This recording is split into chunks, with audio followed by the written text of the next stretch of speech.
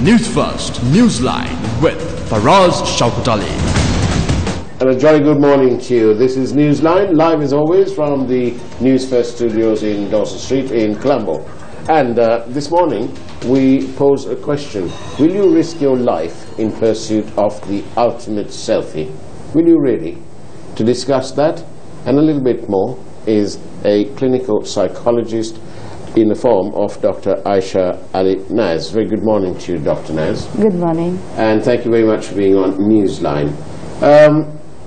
That's the question. Will you risk your life in pursuit of the ultimate selfie? What possesses somebody to do that?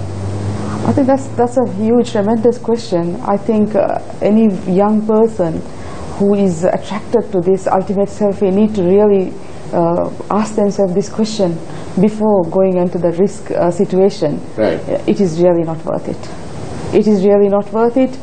In the long term, if you lose your life, that photograph is not worth it. However, young people unfortunately are taking that risk, probably not realizing that their life is at stake. Or that they don't think that danger will befall them. Yes, quite possible. They are so engrossed or immersed in the idea that I want to take that ultimate selfie. That selfie with that tremendous background where I feel the rush. I'm going to make like a several-ton train coming trundling along your way, yes. And you've got your phone and you're trying to do a selfie. Yes, and you are saying I'm credible. I can take this risk. It will not. I will be all right. But I have that photograph, which will say many things about me. Like what? Well, I'm interesting. I can manage this. I can take this. This photo will go down the history line. My friends are going to be impressed by it. It was fun taking it, and I want to preserve this moment forever. It's a memory that will be long-lasting. So many things may be going on, and this scene is just beautiful and fascinating, and I'm engrossed and I'm impressed by it, and I want to capture the moment. But that is not worth it. If it is, we are seeing people losing their lives in this yes, we've seen it moments. There. The Daily Mirror this morning says that no selfies on railway tracks, according to senior official in the Railways Department. But what is it that drives people? It's not only the railway lines. There could be great heights, great depths. Why? What is that? Is it the thrill? The thrill to take the risk, to enjoy the moment, to upload it on social media, to get the likes from the friends, to be known as that's the wonderful, to get the compliments. To several factors may be operating. However, psychologists have done a lot of research in this area, and some have associated with sometimes people who have poor self-esteem or narcissism. They may be taking a lot of photographs, updating. In fact, there's a mental health issue like selfitis is a condition acknowledged by the American Psychological Association. Selfitis. Really? Yes. Goodness me. Gosh, this is the first I've heard. So it's a condition recognized by the American medical profession. Yes. I could just tell you, like, somebody may be just taking 3 selfies in a day, but they may not be uploading it, so that is borderline. But if you're taking 3 selfies and you're uploading it, then you have borderline selfitis. But chronic is if you are, uncontrollable desire to take a lot of selfies, and then you are also uploading more than 6, so you definitely need to come to therapy at that point of time. You need to really consider. I say, I can think of loads of people. But really, Doctor, now, what can we? I know we are now on this program. We want to hold. We try to hold people in authority accountable and responsible. Now, but really, on a practical note, what do you want them to do? Do you want them to put a fence right around the whole network of railways? I mean, that is a huge investment, and I think the onus also goes to the government and the bodies which are responsible, but it's also on the people, in the family members. we want to, even when we want to give a gift to our children, we are now giving them a smartphone without educating them, without creating awareness for them. I think the responsibility falls on the family members. It falls on the individual who is carrying the smartphone. I have this need, I have this thrill-seeking behavior, I want to capture. So I think that person needs to measure, to consider for that one moment just before going to that risk place, at-risk place. You need to step down. You need to condition your mind that I may be taking an unnecessary risk. That photograph is really not worth it. So I think we have to create awareness before the tragedy happens. Plus, of course, maybe you could put boards saying that this is a railway station, don't take selfies. Make people aware, and even maybe the phone companies, or maybe you can have an phone app which says now you're at a risk situation, don't move. And I think that also falls on the people around the area, the onlookers or the bystanders. If you see somebody going, don't get your phone ready to click that selfie, or prevent that person, alert that person, because that person could possibly be lost in the moment. For example, we've heard about the railway death, the selfie. For some people, the railways, if you take that selfie, it goes on and on to infinity. So it has symbolic meaning. It could be having some personalized meaning for the person. So you may be quite lost that you are getting that picture you always wanted. It could be that they met on that train. Yes. And they want to preserve that posterity. And unfortunately, you lose your life for it, and people need to know that's really not worth it. This couple was just married. Yes. And one member, one part of the couple's dead, and the other's in critical condition. That is tremendously sad, and I think we need to ensure that this sort of thing doesn't happen. You're just beginning life, you can't be starting your life at a risk-taking behavior like that. It is a responsibility of you to ensure that you don't take risks with your life for the sake of the other person and put yourself. You need to measure, you need to stand back. Is this really worth it? But I think young people and others, all of us need to consider that this is not safe. How do we get that message across to the people who love selfies? And they're not all young. There are lots of others too. Yes, I think young people who are watching this program, I think we need to tell them, if you find yourself drawn to these peaks of heights or different situations, right, you really need to look inwards. You really need to find out why you are doing it. Why you are doing it. Is it real? Ask yourself that question and identify yourself. I have this tendency to take that click, but I'm going to think twice before I actually put my foot or myself in such a situation. But is it also a question of telling people on social media, the users saying, don't follow this one, don't like this one, because the more people like it and the more you share, the more the next person wants to emulate that too. Yes, I think that's quite a good thought, because we are all at the end of the day responsible. We have to be responsible even on social media, and we can make it a personal choice that we don't like, we don't share these sort of pictures, we don't give likes to these sort of pictures, and we discourage them as much as possible. So people, they take these selfies, and but the value of taking the selfie is really in the publishing and what happens thereafter, isn't it? Rather than anything else. People look at it and say, oh good, look, one person shared this, and then somebody else says, well, it's 1 million or 100,000 or so on. So I suppose these are the effects of modern day society. These are new trends which we need to be vigilant about. New challenges, Yes. But most people, they see something, instead of going to the aid of that person, they whip their phone out and start filming, rather than trying to help that person. Yes. I think we need to, in this case, we need to help them before, they harm themselves or they put themselves at risk. So if we see a person, for example, they may be engrossed and go towards the steering, but the other person who is seeing need to stop them, need to bring that you are entering at risk zone.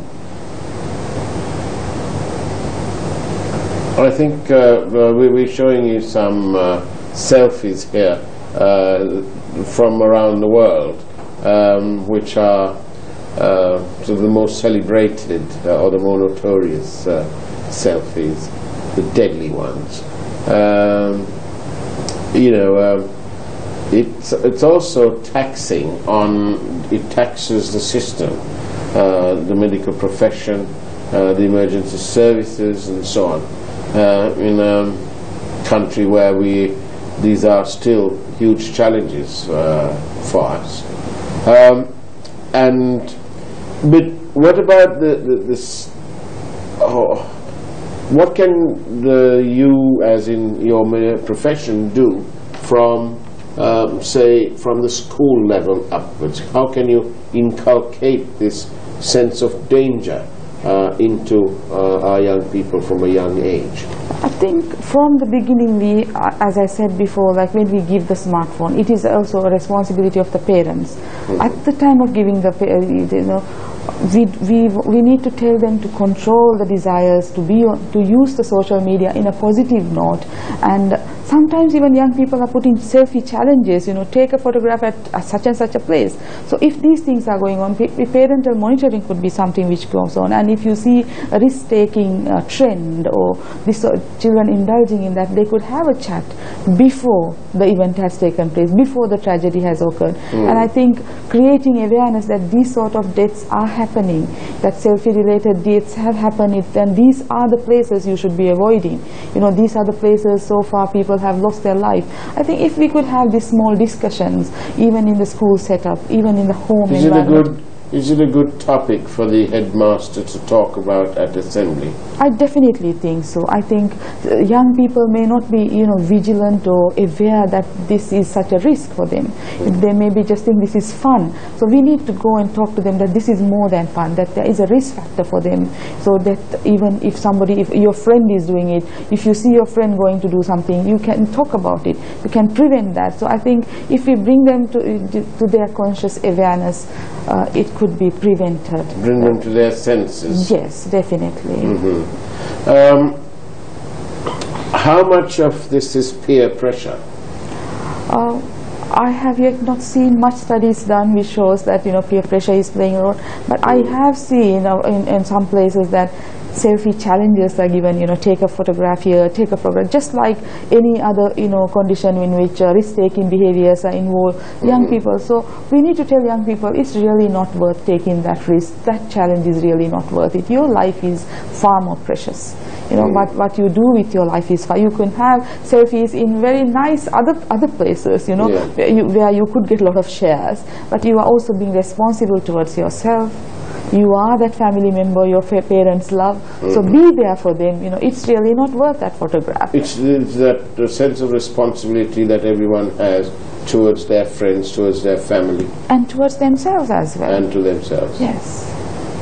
Now, in your research, I noticed, Dr. Naz, that you've done research on gangs in the Maldives, which is your native country. Is it really that bad, the problem? Yes, in 2012 I have done a gang violence research in the Maldives, and yes, we have an issue with young people abusing drugs, and I have studied the gangs in and around Male area, and we found that there are several gangs, and many of the gangs were actually violent, indulging in violence. So it was quite a challenge to put even this idea across to the nation, but it was well received by our policy makers. And subsequent to that, I also had an intervention program with funding from international bodies. We were able to rehabilitate in the community 79 gang members, and majority of them have actually not gone back to criminal activities. And we did get the cooperation of Maldives. It sounds so ironic that the Maldives is touted as one of the world's most beautiful places, and it's tranquil, and tranquility sort of conjures up this image of non-violence and a very staid and laid-back life. And now you're telling me that there's gangs in Mali. Yes, there are gangs in Mali, and that is a reality we have to accept. We have... what set it off? I think over the years it has been just building. Is it poor politics? Is it a poor...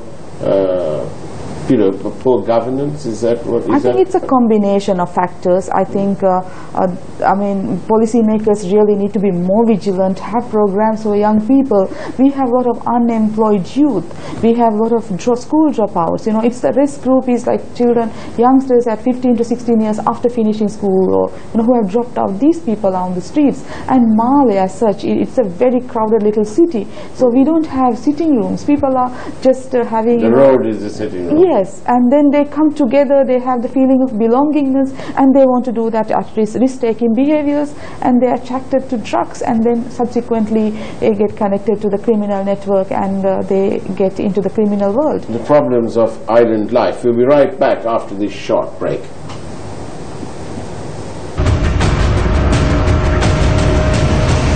News First, Newsline with Faraz Shaukatali. And welcome back to Newsline, the best place to have your breakfast, no doubt. Every morning, weekdays from Monday to Friday from 7 to 7:30, only on TV1, part of the Capital Maharajah Group. Now then, island life, the problems and the challenges that is faced. So obviously, the rise in the incidence of drug abuse is impacting on this tranquil life in the islands of Maldives as much as it does here in Sri Lanka. How do you see the difference between the two countries? Do you see a big difference in the way they're addressing the problem over there and the way they're addressing the problem over here, or is it much the same? I personally feel safer here. I feel that young people have, many young people have more meaningful life here. They are going to the universities, their families are much more intact compared to the Maldivian society. And I think Maldivian situation is a little bit worse. And so it's a bit challenging. It's a bit challenging, and we have more work to do. Do the people in the Maldives look on Sri Lanka as, oh, I think I'd like to go and live there.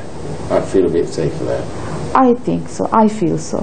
Right. Yes. And is it easy for people from the Maldives to come here? It is not easy, but some people have opted. In fact, if we find in terms of visas and all that.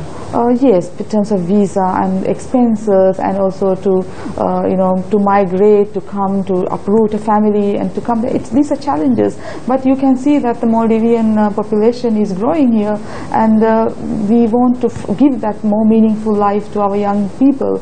Access to education is easier, and a better lifestyle, a quality of life is possible here. And so Sri Lanka is that place? Yes, for many of us. I feel immensely proud that our country is able to offer a different, an alternative life to people who feel challenged in their own countries. And in one way it's good, and in another way we are sad, because we're sad that our neighbours are having these challenging problems. And what of the?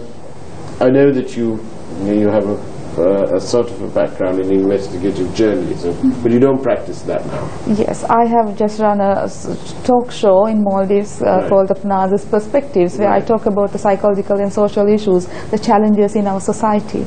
Do you think politicians, I'm talking about, I won't put you into trouble, so do you think politicians in any country, let's say Sri Lanka, our political establishment is now supposedly more tolerant of the media? So we'll ask you this question.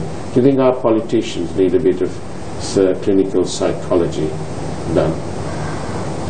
That's a very challenging question. I'm not mentioning names. I would say that, being a politician brings the challenges of stress and a lot of things. Managing stress will be a good thing for most politicians. It will be a good thing. But yes. Why do most politicians, is there a clinical explanation for why politicians tend to be liars? And they can't keep their word, and they don't deliver. We'll have to look at individuals per se and look whether there are issues there. Right. I would not like to generalize on that, because we also have good politicians. We have What's tremendous Asperger's statesmen. syndrome? Now it's also known as, comes under the category of autism spectrum disorders. Yes, autism spectrum disorder. Yes. Also previously known as Asperger's syndrome. I keep urging my viewers to study up, to look up Asperger's syndrome. But if you were to describe it very simply, what is Asperger's syndrome?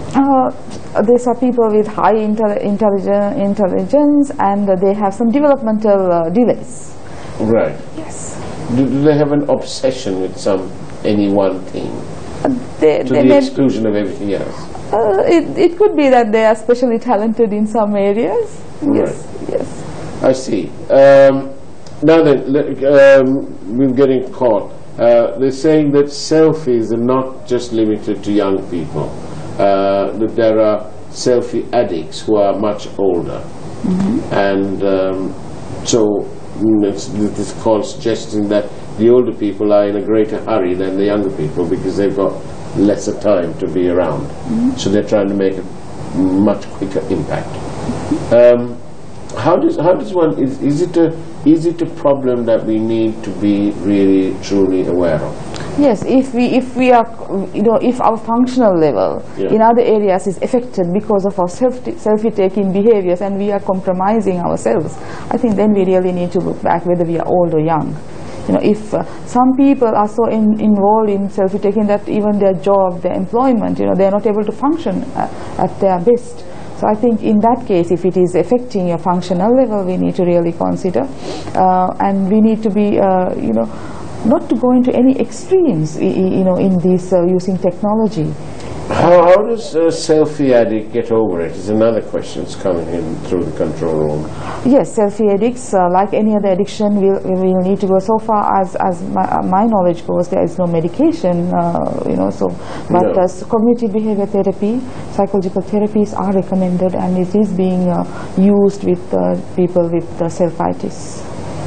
Self-itis, and it's where you're taking at least maybe uploading 6 selfies a day. Yes, and uncontrollable desires to take more selfies as well, and uploading at least 6 or more. You need to be I think there are a lot of people who are listening to this program are thinking, oh my God, I better reduce the amount of selfies. I think if it is you can start practicing that today itself. Bring in self-control, look inwards. Why am I doing it? Ask yourself, is there some other way in which I could enjoy? Self-control is a wonderful thing to talk about today, and in your community where the month of fasting is going on.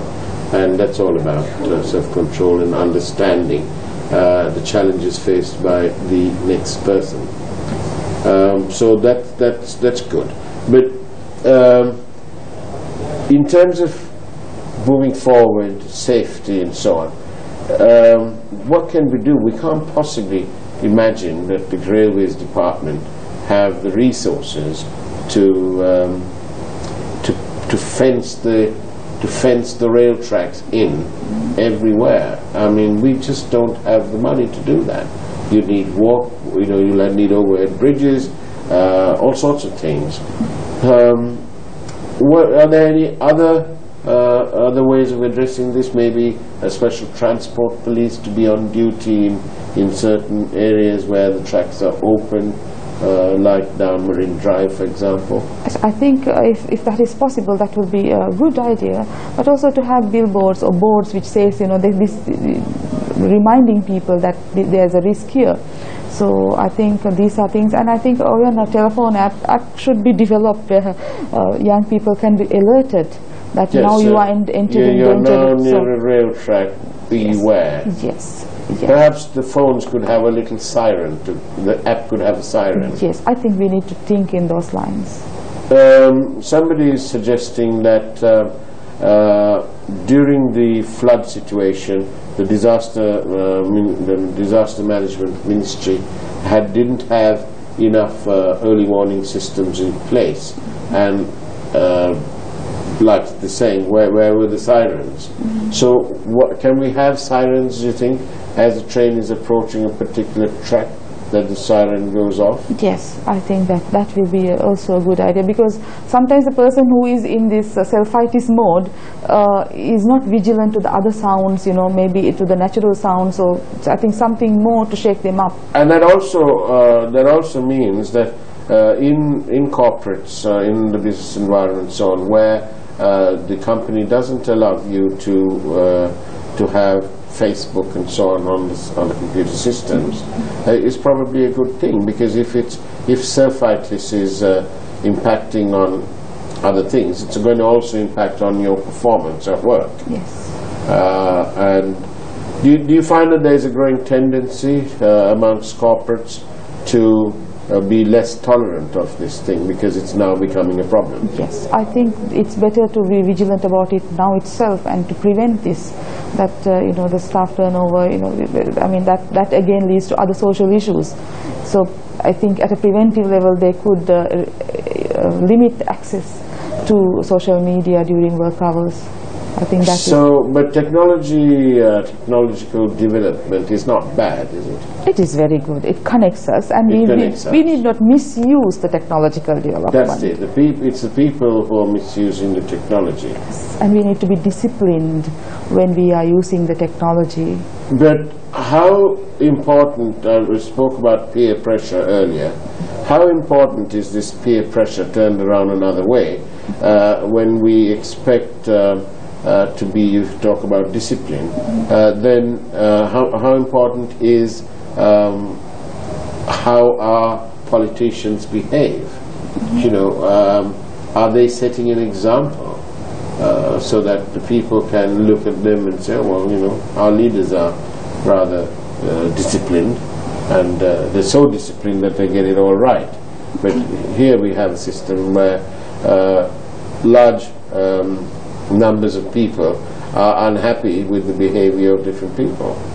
Yes. Our leaders. Yes, I think they are the role models. They must set the way for young people and even the older, even in things like this. The role model of our minister in charge of tourism and Christian religious affairs, John Amaratunga, is of course absolutely horrendous. It's a role model that we wouldn't want anyone to follow. And as the public continue to be amazed at the antics of the 77-year-old member of the United National Party, John Amaratunga, the minister who has two cabinet portfolios, tourism and Christian religious affairs, and the silence of our leaders in asking this chap to step down and get out of the way so that progress can go through is amazing. The silence is actually deafening. But Dr. Naz, so starting from the beginning, parents in schools, the teachers, they must educate our young ones right from day one. Yes. That listen, the smartphone is an essential part of our lifestyle nowadays, but you need to be aware that these are very dangerous matters. Yes, if it is not used in a proper way. If it's not used in a proper way. Well, it's thank you, Dr. Naz, for having popped in, and which is, I'm not going to say let's take a selfie now, because that might not go down well in the control room. But thank you for coming and sharing your concern and your thoughts, and we're really happy that Sri Lanka can provide an alternative place for people from the Maldives to consider to come and live, work and enjoy life. Thank you. You're very welcome, and thank you. And that's it from Newsline. That's the way it is on the 15th of June, Thursday, 2017, and on a program that has been produced by lots of young people, youthful people, who will be probably listening in on this growing tendency to use selfies in a dangerous and risk manner. That's it from Newsline. Take care and God bless.